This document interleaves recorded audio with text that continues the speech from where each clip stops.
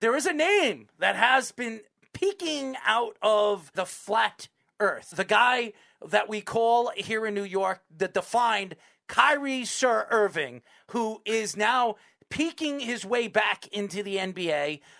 The COVID protocol, the vaccination, he spoke out to the Instagram followers, really apologizing, but he wants to follow his own beliefs. And I've never respected Kyrie Irving ever since he came from Duke. I'm a Duke fan. And then come to the NBA, the stuff that he has said, went to the Celtics, did all the stupid things that he's done, said all the stupid things that he said, and then admit that he said some stupid things and thrown himself under the bus.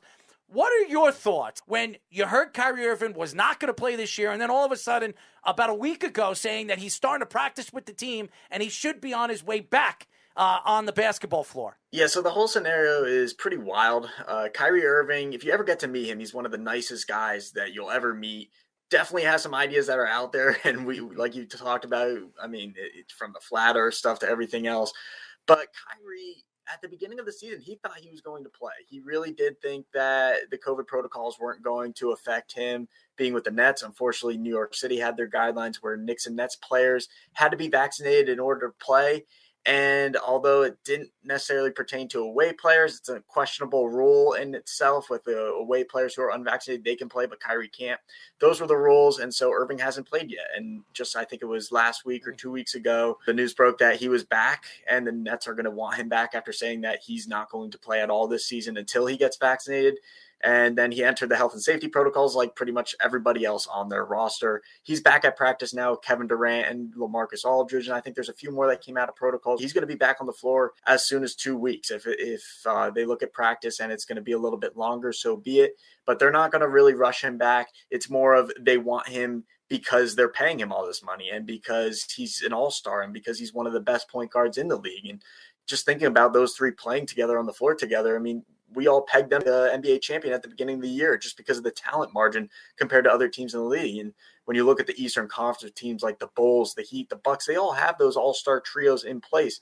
So getting Kyrie Irving back, even if it's for away games, it's going to be a really big deal for the Nets. So are they the obvious favorites now with Kyrie Irving back if they do end up staying healthy? Because obviously last year in the playoffs, two of them weren't. Durant really had to do everything for the Nets, and they still almost beat the Bucks. So does that make them the favorite right now? And James Harden is looking like the old James Harden that we knew. He's not in that funk anymore. And Kevin Durant being out may be great for him in terms of getting back to who he was. So those two playing great on their own make them a legit championship contender. But I mean, when you look at the Eastern Conference as a whole, it's loaded this year. The Bulls, the Bucks, the Heat, even somebody like the Cavaliers. I mean, they just lost Ricky Rubio, but they were on a roll and they look like a really strong defensive team in the East. So there's so many teams. I don't necessarily know if we should call them the clear-cut Eastern Conference champion yet, because there's so many good teams in that conference. So, Brett, we talk about the Brooklyn Nets, and we talk about the Fab Three, whatever they call themselves, the Trisky Trio. I mean, these guys are fantastic. Obviously, we're talking about Kyrie Irving, and we talk about James Harden. And to me, the MVP of the league is Kevin Durant. He has been the best player in the league. You look at his numbers offensively, rebounding-wise, he's averaging almost 7 rebounds a game, and he's had the most assists he's ever had in his career in this season. He's really the full package, playing defense. He's really the cornerstone of this defense. Who would have thought that Kevin Durant would be the cornerstone of his team's defense? What are your thoughts of Kevin Durant this year? Is he the pure favorite of being the MVP this year? It's a great story. Tore his Achilles not too long ago, and he looked better than he did before tearing his Achilles, which you don't see in the NBA. You don't see in the MLB, the NFL, any sport really, where a guy tears their Achilles and they come back looking, if not the same, but better in Kevin Durant's case. So I think it's a great story for him. I've always been a Kevin Durant fan, love watching him play. And he's just got one of those shots that every time he shoots, it looks like it's going in. There's very few guys in NBA history that you can say that about. And we're witnessing greatness with him this year, like you said, with what he's doing defensively, what he's doing on offense. Is he the clear-cut MVP? I don't know. I really see this as a 4, maybe 5-man race right now, and it's really up in the air. I think you can throw Steph Curry in there just because of how good the Warriors have been, even though in his standards, he may be having a down year statistically. And then you look at the other three guys. You have Giannis Antetokounmpo, who's looked fantastic when he's on the court and healthy. You have Nikola Jokic, who's having an arguably better season than he did last year with the Nuggets. Granted, they're shorthanded with all the injuries they have. And then I think you really do have to give some credit to DeMar DeRozan with what he's done for the Bulls this year. He's leading them in scoring. With him and Zach LaVine, they're the best duo in the NBA scoring-wise. And he's really elevated this Bulls team. They're in action right now against the Hawks. Last time I checked, they were up 20 in the second half, demolishing them. And right now they're second or third in the Eastern Conference standings.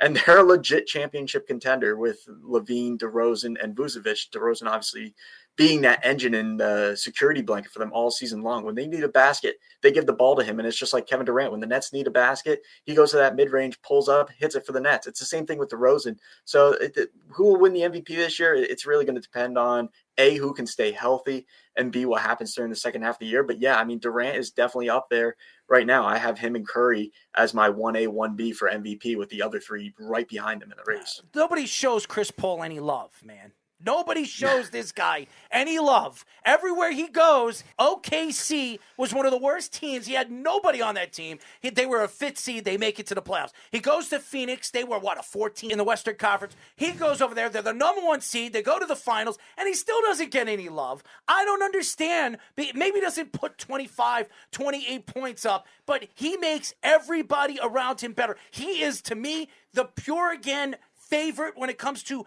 best point guard in the NBA. There's nobody better than Chris Paul. I just don't know why nobody gives this guy as much credit on what he does on the court. It doesn't matter how old he is. He dominates the game by just sharing the ball around the field, around the court. Yeah, I agree with you. He's produced everywhere he's gone. Last year led the Suns to the NBA Finals in his first season. And this year he's averaging a double-double on the year. The only player averaging over 10 assists on the season. And granted, he's only averaging 14.5 points per game, which is probably the reason why he's not getting the love, because they're averaging upwards of 25, 26 points per game.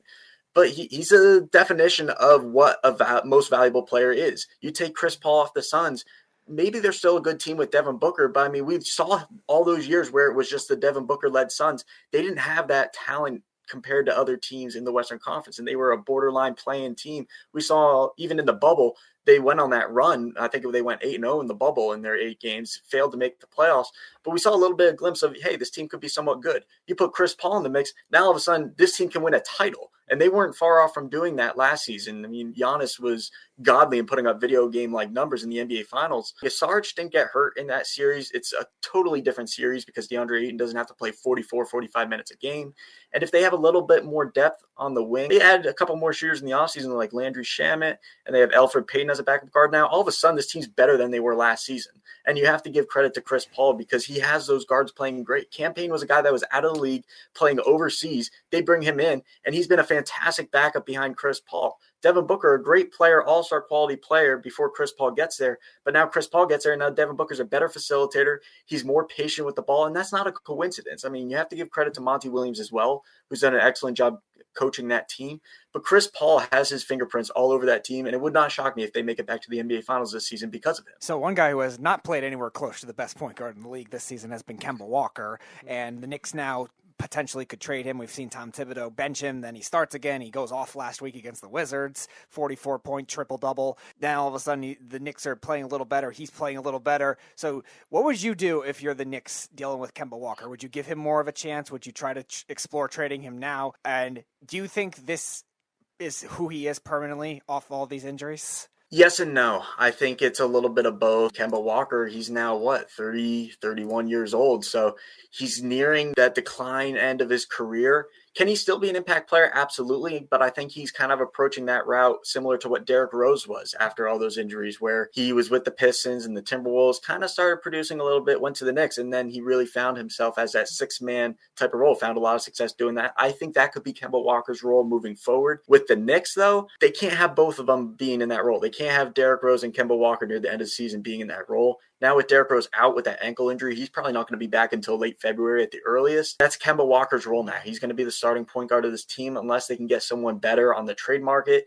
He doesn't really hold much trade value right now, even though his contract's reasonably favorable, around $8 to $9 million over the next year and a half, 2 years if you count next full year. What will they do with him? Your guess is as good as mine. Could they get something for him? Maybe if they package another young player like Quentin Grimes or Obi Toppin, maybe even Kevin Knox could package him for someone like Terrence Ross from Orlando. But ultimately, he's probably going to remain on this roster, and they're just going to ride it out with what they have. And even tonight against the Pistons, that was a struggle, and the starters didn't do anything for them. It was all the bench near the end of the game with Alec Burks and Emmanuel Quickley. So Tom Thibodeau has his hands full, and this Knicks team looks like a completely different team than it did last year and even at the beginning of this season. So you were talking about the Knicks, and we all know what this team is and what they could have been this year, playing the defense that they were last year. I don't know what happened to this team. They added a little bit more offense with Fournier and Kemba Walker. Kemba Walker really hasn't really fit with this team. Even Fournier, in certain games, he doesn't really fit what this team is all about. Are you surprised? Even with Tom Thibodeau at these press conferences, he looks like he's going to have a heart attack or something, or a stroke. He looks like he's gotten older in 1 year. Are you surprised that this team really isn't as good as they were last year? And Julius Randle, who I'm not a big fan of, I just think he's very overrated. I know he took $116 million this offseason and really helps the Knicks maybe fit another star or two in the future to this team to make him a third option.